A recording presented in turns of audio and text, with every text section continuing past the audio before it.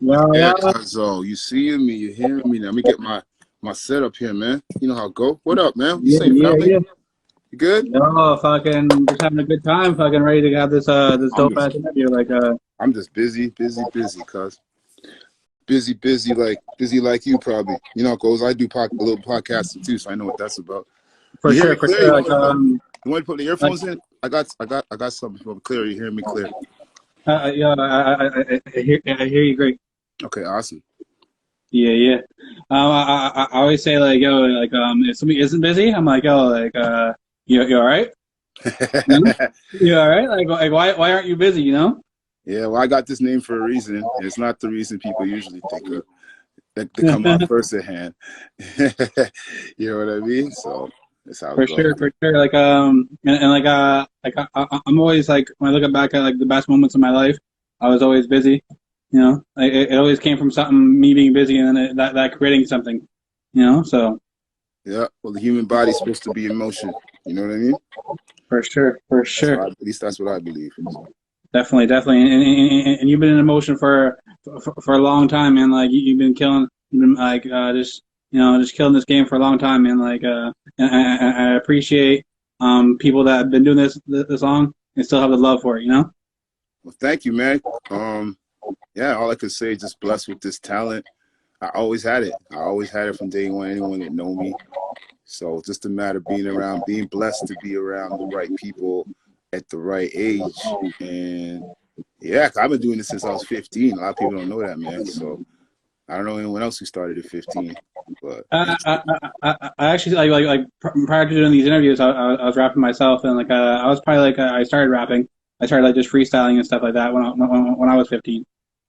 awesome, man. Well, that's the age to start. That's like grade 9. You know what I For sure, mean? for sure. I met So one of my best friends. I just met him at the time. Became one of my best friends. But I had just started rapping like a month before, and he had just started rapping a month before. And I was like, mhm, oh shit, we on this shit. We clicking, you know. it's all about, man. What's your, Who was those first? Who was those first people for you? That was like you shared this hip hop thing with.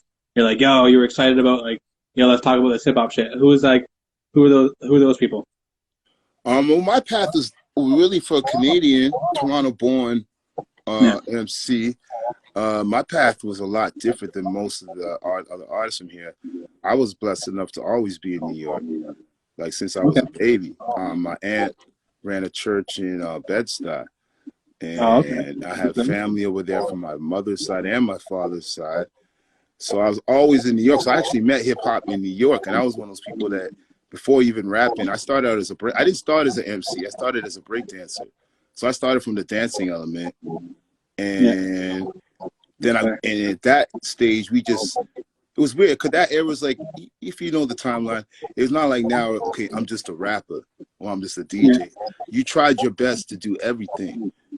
You know what I mean? Yeah. Like you tried rapping, you tried the DJing, you tried the breaking, you tried the graffiti, but for you to be rated in hip hop, you had, at least in our circle, you had to have like at least a B average and all those For things. sure. So a lot of people don't know, like for example, I could DJ.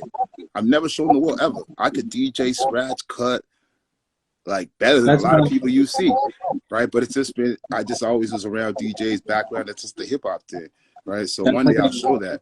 So yeah, so I was between going to New York, coming to Toronto my whole life, being in Brooklyn my whole life. You know what I'm saying? I was there all those summers when the Canes, the special eds, and then I came back and I went to school here, right? I'm a Toronto. I was born downtown Toronto, grew up in the annex right downtown. So I'm a downtown Toronto kid, you know what I mean? But that spent every March break, every spring break, every summer. We got in for the sure. car, we just drove to New York. Even when I got my license, within 3 months we had my license. I got my license at 16. Was the first thing I did. Me and DJ X that Christmas, we jumped in the car, drove to New York City.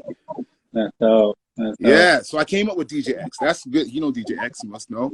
Yeah. So me and him that's how it started. So I had that buzz. I was going to Jesse Ketchum Public School, still there, Bay and Davenport. And I was grade 7. I transferred from Huron Street Public School, being a downtown kid. And I was that kid that knew hip hop was. So I was just looking for people who knew what it was at that time, because so few did. And then DJ X was in that school, my homie Supreme. That you know hip hop wise. My other homie Tyrone, he'd be surprised I remember his name. He was a dope breaker. And we just formed this little thing in school. But then it so happened that DJ X, his mother, ended up working with Ron Nelson to promote a concert for this artist named Trinier. And everybody knows Ron Nelson. Ron Nelson, if you don't, you should know your Toronto history. He's our Kool Herc. He built the whole scene in the 80s and the 90s. All those big shows that people saw, that was our Rap City, everything, all those artists I went through Ron Nelson. So I met him when I was like 14. Oh, shit. Yeah. Yeah. And then my dad, I was supposed to be in hip hop, just by my lineage. No, it's interesting because my dad at the same time was working with Warren Wembley, who owns Sunshine. Everyone hears about Sunshine Sounds. Yeah. Yeah. So my dad, Warren Wembley, by trade, he's a tradesman, is an electrician. My dad is a plumber. So Warren's known me since I was 2 years old. Wow. So I was allowed to go to these concerts. And then I grew up in the annex. So you know where concert hall is, right? Everyone talks about concert hall. That's like 15 minutes from where I live. So I'm young, I'm 15. I want to go to these rap shows that I normally can't go to. But Uncle Warren's throwing it. Yeah. And I'm doing promo with Ron Nelson since I'm 14, 15 years old. And I've been going to New York, and I know hip hop from New York, not from Toronto. You understand what I'm saying? And that's my circle of friends. So to make a long story short, that was my circle, how I started. And then after that, it was like my little circle was me, Mastermind, DJ X, Supreme. I recorded at Beat Factory. I was one of the first artists to ever record in Beat Factory before most of the known Beat Factory artists. And we did this demo called World Domination. That was my first rap group. And that's when I was in grade, it was grade 9. As I said, I was the 15th time. I was on Ron Nelson's show, and the rest everybody knows. It just rolled from there. But the thing before, the lineage before, was the fact with me. That's why a lot of people hear me rhyme. They don't understand. I'm not putting on this like accent or any of my stuff. Like, I lived every summer. That's when I go to New York. I have connections with people in New York City. See, throughout my career, they connect with me more, or they know me more because they feel, oh, you've been in the city. Yeah, my answer. Even my family by lineage, I got generations back in New York City. There's buildings in the Bronx and Harlem. That's my family's like generations back. So I'm a little different. That's why I tell people, and that's why I think my resonance is a little different. And I just love hip hop. I love the rhyme. I never did it for cash. I never will. You know? That is hip hop. Like I wasn't born around that time, and like I wasn't like around there, but like. I can just imagine like how big hip hop is today. I can just imagine being around like the beginnings of it, like and seeing it grow. Like, man, just a beautiful thing. Like me, like just from when I got into hip hop, like I got into hip hop mid '90s, and then to see the growth from here, I can just imagine like the growth like from it's exponential, man. But it's not necessarily growth like people. I actually think it like stunted. It's weird. Like people look at it backwards because they weren't there in the 80s. Yeah. Because most people, they start the timeline from your timeline. Yeah. Most artists we talk about, their timeline, they can, and there's nothing wrong with that. I'm not taking anybody away from anybody, right? But most people's timeline that's in hip hop right now, they're from like 90, 92 to think. But that wasn't the glory days of our scene at all. That wasn't the most fun part at all. That wasn't the part when you went to shows. Like, I'll give you an example. People hear Michie Me, Michie. People don't understand how big Michie was. Michie was as big impact-wise as Drake was, man. It was the same talk, the same phenomenon. I went to New York. I was in New York, man.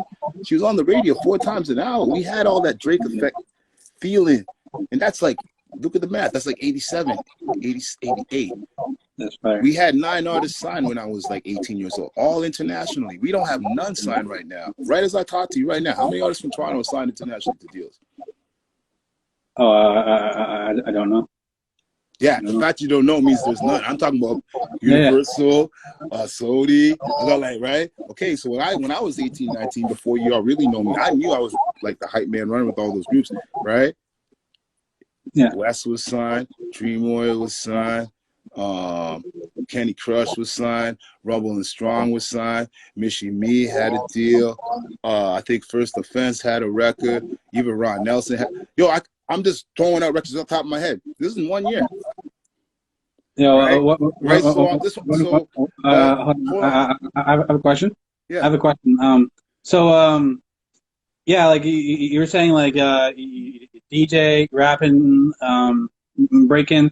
How much of an advantage is that when you're hearing a beat, like when you think about rapping on this beat, you know how the breakers are going to dance to this, you know how the DJs are going to cut to this. Like how much of an advantage do you think that right there is? That's how I make music, and my music lasts a long time. People do hip hop, like you got to be a visionary in a sense. You don't have to be anything. You could be whatever. But people who have a long haul, people who understand craft, it's like a craft we're doing. Sure. And the reason, one of my greatest advantages in the whole game, and I'll let it out, is that I've done every aspect of the game. Yeah. So I understand, like, I can DJ. So I understand what irritates a DJ when I make a record. So I don't make those kind of records with those things that irritate DJs right off the bat. Even though it's a good song, a lot of people make stuff that they put their songs out that will irritate a DJ no matter what. Yeah. So like I came and you know that above me. So okay. Yeah.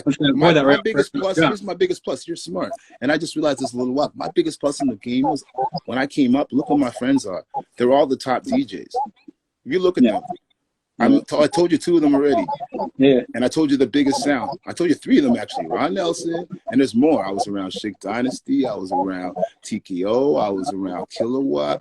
I was around all the reggae sounds too. I know them all. Like I was with them for like every night for like family, right? Because my best friend was the top DJ in the city. Oh, Power. Sorry, Power. Oh my gosh, you could have killed me, Power. Soul Controllers, DTS. There's too many names. I was around them all like more than rappers. So you see when you hear a record, so you craft a record now, you can rock. A lot of people rock. Just because you rock doesn't mean you can make a good record. A lot of the best rhymers can't make a record conceptually for you to listen to. Like it's a whole different science and craft.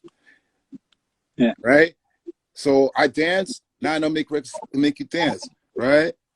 I draw, I can make records to make you want to draw. Like so I can give a direction to a record when I do a project. So if I'm in you're right. So if I'm in a zone when I'm trying to present it, I know how to present at least to take care of those basic elements, and it's fun for me, and it's fun. And that's hip hop, really, though. Like we was at the point before you had to know every new song, the words to it, and we knew it. You couldn't talk to a girl, man. So that's where I come from. You could talk to ladies, do anything. You didn't know hip hop. So you can't do that. You don't know that new move, man. So that's I think the plus, like you said. It's interesting you brought it up. And like even like like every beat has like its own thing. If you're really creative, like me, I don't break dance, but like when I'm sitting around the house and I'm cooking, I got some music on, and like I'll be cooking and I'll be kind of like moving and I'll be dancing, and like when the beat changes for the different song, I got different moves. Like I got like the beat makes me like feel like a different way. So like it's like just knowing like how people are gonna move is very important, and like how the DJs are gonna do, and then like it just allows you like okay like. As a rapper, you'd be like, you can just pick the best shit to go off of, right? Yeah, exactly. Yeah, I mean that's nothing. It's all about because music is you said what one of the most influential pieces I remember what he taught me too is that's what we're doing. It's like you are portraying, or you're trying to sell a mood, right? It's like music is color. People even see the colors when some songs you see yellow, some songs you see red. If you are you know what I'm saying? Like the music, you know what I mean? Prince always purple. Maybe his music is purple. I don't know. I listen to some Prince, purple. You know what I mean? It's a mosaic. So when you put on a song when you're in a certain mood. So that's what I'm saying. So when you make certain records, you know what I mean? Yeah. That's why certain people they get jealous of certain people, but they figured that out. And once you figure that out and then figure out your your lane, and then the greatest way for you to bring that out, you can be consistent. And that's it. But it's hard to do, man. That's like science, right? It's like alchemy. That's what it's, some alchemy. It's the alchemy of music, man. You should coin that, alchemy of music. For sure. Like there's like it's like what like for me like I found a point where like how like my show it will always get like a certain amount of like viewers, no matter who the guest is, because I have to perform. You know, like no matter what, like I have to look at this as like, yo, like this is a collaboration, like you know how like people get competitive on verses, like I have to contribute like my shit to this interview and make it like, cause like everybody like how artists make it people really become fans of them is like they're showing like who they really are, and like me like I gotta do that for me, and I gotta do that for the guys. So I want people to walk away from these interviews and be like, oh man, like I feel like I actually know how it is to chill with this person. You Yeah, know? and that's the thing that I think always help. I'm authentic. I didn't ask anybody. It's me. It's the same me. You can turn it on, turn it off. There's certain sides I'm not gonna show, but it doesn't still mean I'm not being authentic. And For you know sure. what I mean. And you can hear it. Your subconscious picks up on it too. Like people try and hide it. You know what I mean? All kind of stuff, but you don't feel. It's like when somebody. You know what it's like? It's like when somebody gives you a compliment, but you still feel weird about it. You know what I mean? And then someone else gives you the same compliment and you feel just enlightened. You feel like you're just full of life again. Like, you know what I mean? Invigorated. That's the word I'm trying to say. And they both said the same words. So, yeah, you saying it, but you're just blowing air. Anybody could blow air, right? Right. But you Right. don't mean what you say. Your energy behind it is not right. You don't like me at all. You're envious. You're jealous. You wish you were in my spot. For some reason, you think I'm the person that's blocking you from being. It's funny. People understand. They think like, hey, man, I'm blocking you from being where you want to be. Dude, I ain't blocking you from doing nothing, man. You know what I mean? No Yeah, matter it's what like, I yeah, do, like, I wish I was that powerful.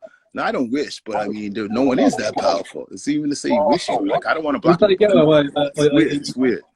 like, It's weird. like things are happening like where we are like you think I have the power to like stop like people from in another country fucking with you, like you think I have that power? I don't have that power. No, You but know, like yeah. people say like oh you're stopping me. I'm like, how? You know, like there's billions of people in this world, like you can't get fans. Well, the thing is, if something offends, not offense, I don't get that offended. If something bothers me a little bit, I don't look at the thing that's bothering me. I look at myself. I tend to look at myself. Okay, what is it within me that's triggering me, right, to Yeah. react to such and such and such? That's how you find the answer. You don't find the answer by like just pointing the finger outward. I said, you got a problem. They always point it out. I'm like, no, point it back in. What's my Exactly. ownership? Because everybody has ownership in everything. It's just how it goes. Everybody has ownership in this. Even hip hop, we can't do another song if another artist doesn't do another song. That's awesome. You need inspiration. It's like everybody needs to feed off of the same energy, and not even feed. That's the wrong word, because people are feeding off of energy. They're like vampires. So we need to feed off of our own energy and know we don't need to extend ourselves, worry about anything else other than ourselves, and keep ourselves in a make sure our heart is warm, man. Oh shit. Right? But you know, we're tied up to be. We're like those kids that it's a lot of spoiled kids running around, man, and they're adults now. For sure. For They don't sure. want to put on their big boy pants, Yeah. Yeah. you know. But hey, I'm from the 80s, dude. So I tell cats, I'm from the 80s, dude. We tell you right in your face. And you got your butt kicked, and you came to the jam and you didn't come back. But if you came back, you had to straighten everything out. It's like almost like you had to straighten everything out. But now everybody high, we do this. You ain't got to straighten out. Right? And Yo, so like I like it better when you straighten it up. Everybody's cool when they're far away, man. You can say whatever. Then you see somebody, they just get real quiet. When you're in the like proximity. Weird, man. like yeah like yeah you're saying like in this era like nobody wants to like really confront their problems like I actually just being me. I wasn't trying to pick on this guy whatsoever. He called me a bully, and I was like why? I'm like he thought I was picking on him. I was like yo, I'm just asking you like real questions, like you know, like just like I'm not trying to pick on you. I'm just you know like Some people are plastic though. They're not used to like real things, man. You know what I mean? for As I sure. said, like I said, there's a lot of enabled. The world has enabled a lot of people, man. And people, what's that word, enabled? Look it up, fine. We don't have the time to explain it, but it's what it is. right? Yeah. And when you get in, and it's one, like I said, it's one thing to have an enabled kid because they're supposed to go through that stage. It's supposed to be a stage though. You're supposed to go through it. That's the temper tantrum. Throw yourself on the ground when you don't get enough attention. Right? How come no one listen to my song? How come? How come? Why is supposed to went out there? Supposed to rap for 30 years. Why you want to rap now? All this noise, right? Look at me, I'm over here. Look at me, right? That's the same thing as the 5-year-old in the mall. You see the mom, the kids on the ground, like, I didn't get the toy. Right? But now it's a 40-year-old man. Oh my gosh, man. Like the kid, you just don't pay attention, you walk away. The 40-year-old man, what are we supposed to do, brother? For sure. I know what I do. I know what I do, man. But it's just like, you know what I mean? And that's where we all get tested because it all happens. You're on the verge of doing stuff that people are scared to do. Because people are, thing that most people are scared to do is what you said. You said be authentic. And because when you're authentic, you show your flaws too, man. You show your vulnerability. You show your vulnerability, right? That's real strength. Strength ain't raw. Strength is showing your vulnerability. People got strength. That is what's strong, man. Everybody can get easy, man. Who can get honest? Who can say they messed up? Call their brother, say, yo, I totally messed up 2 days ago. You know what I mean? No matter what your wealth, right? Strength is character, man. Strength is not defined by what we call strength, man. Lifting something up, not strength, man. If I train hard enough, I can do anything with it like that. For sure. Right? Definitely. Yeah, like I definitely like spoke on the show, but like I have a stutter. I'm like, but like I still say ill shit. So like fucking whatever, you know. It is. I have a stutter. It's one of my flaws, but it is what it is. One of the best rappers I know, I came up with his name when I was 15, and he inspired me. This dude clean. He had a mean stuff, but anybody, man. You know what I mean? Yeah. And a lot of rappers like Eric Sermon, etc. They have a list. A lot of rappers have a list. Yeah. And if they didn't have that list, they would have sounded good. But me, like after, and they'll tell you, oh, I have a list, but then that pronunciation, because hip hop's about the cadence and the. We also could say the same words, but not say the words and express it. So because you had that, it's like some people, it's like it's a blessing. It's a blessing, right? I say it's a blessing to get our gifts out, man. Yeah, and even like for when I was rapping, like prior to these interviews, I write my raps. Whenever I go in the booth, I would never stutter those raps. But like the conversation afterwards, I'd be like, you know, because you're excited after, but you're comfortable in the booth. See what I'm saying? That's what I'm saying. Yeah. Because your art is your comfort zone. So when people go, they could do all kind of stuff that work to feel funny. But then the minute you pick up that paintbrush, you're home, you open the pad, you know what I'm saying? You start sketching. That's your comfort zone. So for you, that's what I said to you. That you gifted it, whatever. And then once that's when you relax, right? And that because you're at ease, you're at home. This is like, you on my grounds now, man. Yeah. So that's awesome, man. And that's the beauty of like anything artistic, because it makes you see now, hey man, I'm doing something a lot of people can't do, man. So there is no such thing as a disability. We all are able. It's just able. People like to conform and put us in boxes and say we all supposed to move this way or look like this, right? For sure. That's the way I see it, man. I think we Yeah. understand. I definitely hear that. But yeah, another thing I want to touch on is in my opinion, which is a lot of people's opinion, you are on the best Canadian posse cut of all time. Northern Touch.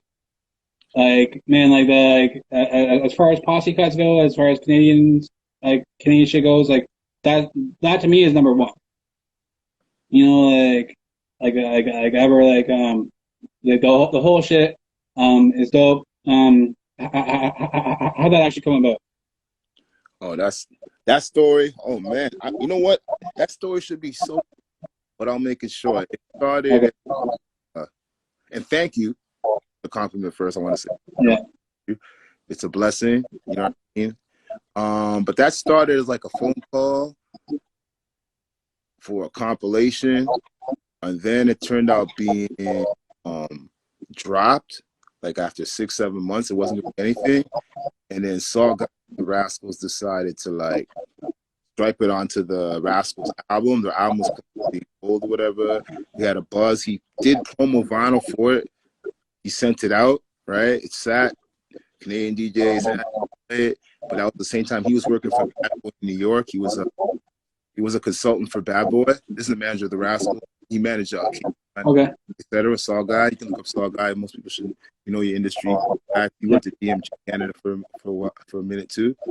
He had to just release a film. I can't remember the name of it. Big up Saul Guy. Yeah, so he did that, and then it just so happened he was in New York. New York, blah, blah, blah. And Premier started playing it. Pete Rock started playing it.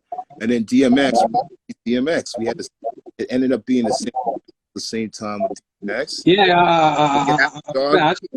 No, it was just by chance, just hip hop. By chance, the same time? It's just hip hop consciousness. Like you go for but no one heard it, no one took each other. It was just what divine order kind of thing, right?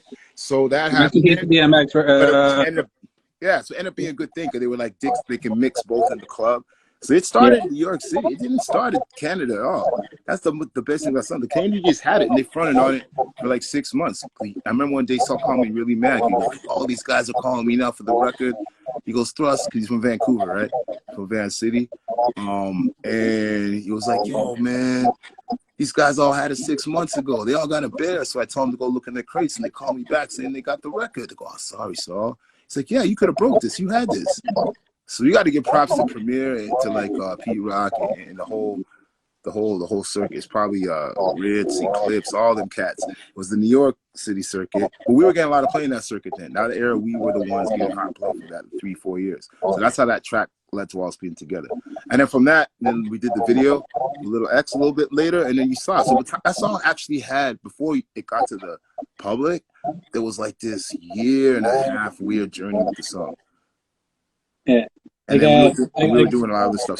So we didn't know what it was, and then it wasn't until everybody else kind of caught the vibe that we caught the vibe, and then it became what we all shared, party, and continue to party to, man. Yeah, like for me, I was born in '85, so like that song for me was right when I was starting to get into hip hop, and I was like, oh man, like this song is like fucking. So like and Much Music played it like all the time. Like I was like, yeah, like this song right here.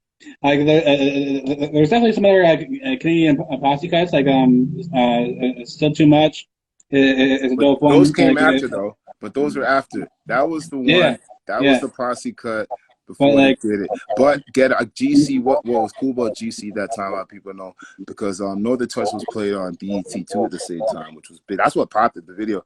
And Ghetto was getting played on BET, and I believe the Socrates Too Rude record was getting played as well. Visions, I think, in the Visions with Pharoah Monch, right? I don't know if you remember that record. That record's classic.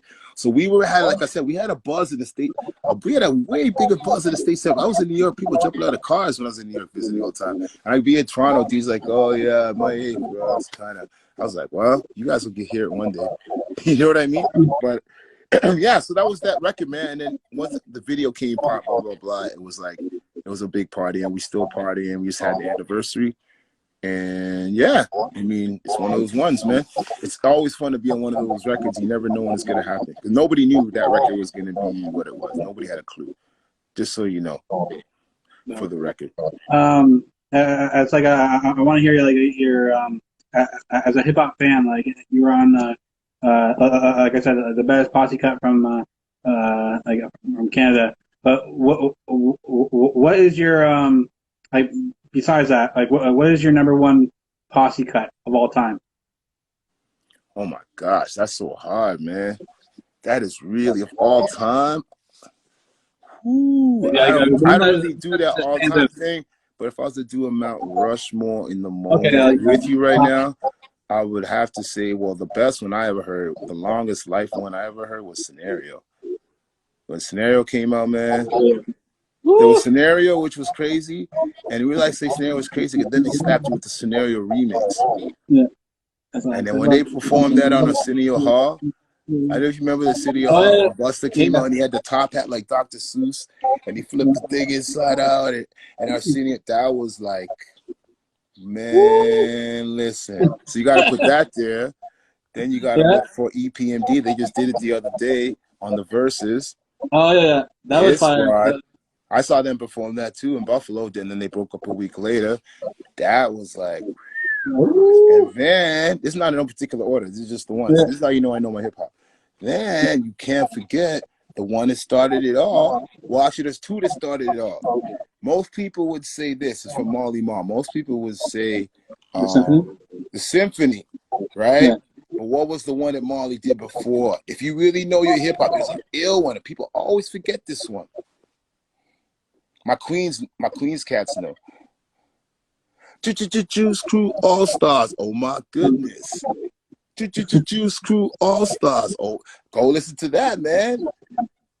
Yeah. I remember this, right? See, and then and then I'd say like Buddy by Tribe De La. Woo. And that's it. Those are mine. I don't think anybody can beat those ones. You could try. That's hard, man. It's hard to beat those. And those are all with like 5 MCs, 6 MCs. All of them are the same amount of MCs, same format. That format's been around for a while. Yeah. Like people would drop, but they only strike or work on a certain level every like 5-6 years. Because people do them all the time, right? Yeah. Like we have more of them. There's more that weren't released up here. There's one I know I did with Ghetto Concept, Kryptonite, Frankenstein, Remy from Red Life. It's crazy, but it just got lost in the studio. And it's crazy, but it just never saw the light of day or whatever, right? We had an album, Mad Fiber, that Knee Deep did. I have the tape, the whole thing here, the whole album. It never came out. Y'all never heard it. We were recording a lot of music at that time, so y'all know. We recorded like crazy. That's all that stuff happened. We were together recording like just madness like every weekend, man. 2-3 studios. Yeah, and another song I want to talk about is Faded. Yep. Yeah, like that song right there, because I've already been a fan of yours, but like I actually forgot about that. That song. And when everybody jumps over that one because people weren't ready for that one when I did it. But like, now years later, cats realized Russ is the one that did that too. Yeah, I set up the format too. You know what I did with that song, right? I'm like, oh, I remember this. I remember but here's the thing with that song. Do you know what that song really did? Do you know what we did with that song? All Canadian produced, song written. That's one thing I did that song. But that group, people saw them as a pop group, but those guys were songwriters, man, and producers. Yeah. They all wrote, produced, arranged their whole record themselves, man. That's a dope I didn't song. realize even at the first. That's the reason why I did. I go, you guys did this? They're like, yeah. He's the writer. I'm the guy. Me and Trevor to this day. Trevor's a big artist now. Yeah. Everyone knows Trevor gonna blow up Trevor, but Trevor still. Everyone knows Trevor's still like, hey, and he's my boy actually.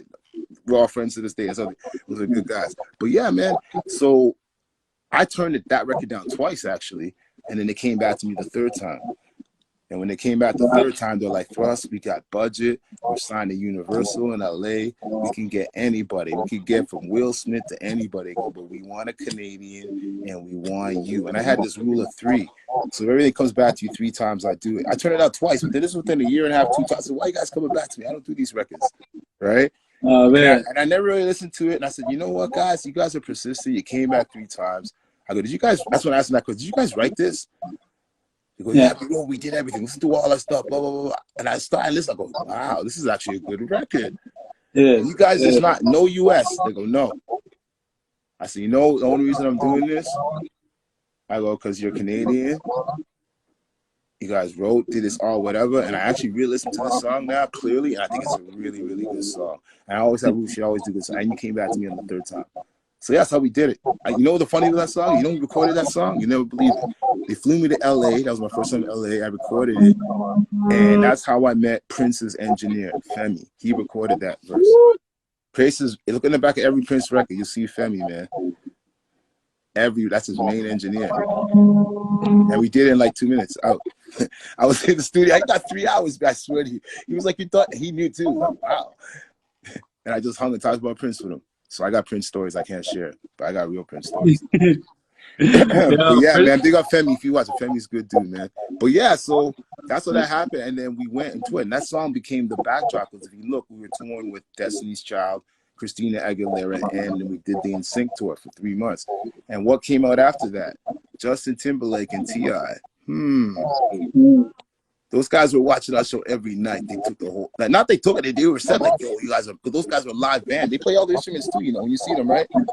They play everything, man. Those guys are amazing, man. So yeah, so that was great, man. That record was kind of scary to do at first, but it was probably the best thing I did. And then I'm the first Canadian rapper in Billboard from that. yo, fucking just yeah, like I love the fact like you have so much history and this and you have so much great Well, experience I in should say the music. first rapper in Billboard. Let's say it right. I'm one of the first rappers that was like got that high in the charts in Billboard, and we were up to like, because people misquote things, and we were up to like number 7 on TRL, which was huge at that time, right? So yeah, it just broke ground, and we just broke ground. That was more breaking ground, man, and that's like you said, what we're here to do, break ground, man. So I'm proud. I'm proud of all the people that I've been blessed to be around. Proud to do this interview with you. Like, just proud of, and that's what I think. I think when you have a general appreciation for everything, it makes things different, man, and more things come to you. I actually want to know like I know you work with a lot of label stuff, but like how did it feel to know that Eric B from Eric B and Rakim wants to work with you? Well, How did it first feel? off, just so you know, this is the first interview I've done. I am no longer working in that situation. Oh, okay.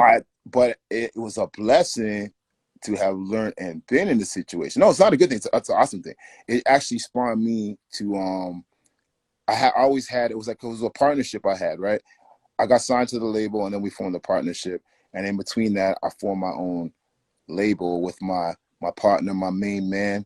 You know what I'm saying? The Rickshaw. He runs Slept On Studio. So he's been instrumental in my career in so many ways I can't even say. So me and him, it forced us to form a label and to form this partnership. So we just recently, if you look online, you'll see a little bit of Type A thing coming out. So I just had to realign certain things in my career. And yeah, so we come in with Type A. EBMG, they're doing the thing EBG Alive. Salute everything you did. And I just had to kind of deal where I was free. The one thing about me, I've worked in industry. I went to Harris, I went to school. I structured deals where I'm able to, be able to move when I have to move. And I've never structured a deal where I could ever be restricted. I own my own, like my catalog is my catalog. That's You know what I fire. mean? I'm one of the few artists, like I own Thrust catalog. I know most people can't say that, right? So I've always been independent. And then I was affiliated with majors. I had to deal with EMI too, right? If you look back, but then there's Blueprint EMI. So I did a license deal. So yeah, so I always range that. So that's what it is, man. So right now, that's what we're doing. But it was obviously an honor because that's when that was what catapulted everything, right? That was in the summer. I got that call. I was so happy. That's the legend, man. For sure. Right? Paid in full, man. For sure. Hey, man. Earlier today, Mm-hmm. I got I was out walking around some errands. I had my headphones in, and I ain't no joke. Like it's on my playlist, and like it came on, and as I was walking around, I looked around because I got to see if anybody was looking at me, so I just wanted to kind of walk with a swag. Like Get a hat to the side. You got the bop. yeah, I was like, oh, I gotta walk to this track right here. Like fucking, that's classic shit, right? Yeah, man. That recommended on the sound system, man. That sounded so good on the sound system, man. When those drums rock in, boom, boom, boom. And then the video was so crazy. People don't know what to do, man. When the video first seen that video on MTV Raps, like, oh my God, the Flavor Flav doing the wop, ba ba ba ba ba. You know what I'm saying? The big clock and everything. You're like, this is crazy. And the colors, you're like, oh man. And some of those songs have way more meaning now. Like I remember he came to Toronto a few years ago and he performed, and I heard I Know You Got Soul. Like I told a lot of people, go back and listen to that record now. It's like he's almost talking to you now. He was always ahead of his time, anyways. But it's like it suits the musical landscape like even better now. Yeah, You know even what I I mean? got. And I seen him when he live when he did. I was at the show when he came out. Like I saw him like '86 live in the mix. Like I was there, man, with the Kango hat and shit. I was there, man. I was at, like I seen it, and it's weird. Like you seen that, you lived through all this. I was in New York when all those records came out too. I was in New York when My Yeah, Melody that's came out. fire. I was in New York when Paid in Full came. I was in New York every summer. I told you every summer I was in New York. Yeah. So I didn't see those in Toronto. Like I was in the city, like how you see this portrayed to everyone. Like I actually know what it is, right? The energy of it, and just seeing everybody like from 5-year-olds to like 45-year-olds is going nuts over it. The same way we all did, right? Except for it's one of their own. It's a little different, man.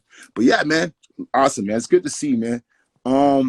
Anything else? Because my time is running. I gotta jump and do another thing at 9. I gotta get a little sustenance. Any fewer things you wanted to take care of? Anything pressing? I got probably another 10, 15, but I just want to give you a little heads up. I wouldn't want to cut you and your audience short. For sure. I want to thank you for being on the show. First of all, like this is like a big deal for me because like anybody that has like the amount of history you have and like hearing these conversations like it's fucking great. I actually love the knowledge. I appreciate you. I'm gonna be honest with you. You're not gonna see me doing a lot of interviews, right? And I'm only gonna do like these kind of like little interviews and other things. I have a few things that's about to jump off, that's gonna allow me to do that. I have a show that started soon, called the Northern Touch Show. It's no pun intended. Me and director Tom he does the project, and we're doing that. So we shot a lot of episodes already. That's coming.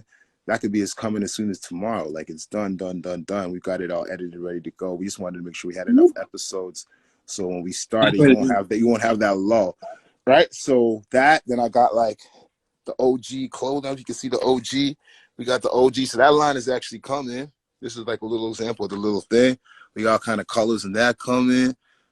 You can go to the website. It's actually there. thrustog.com, man. It's there. We got that.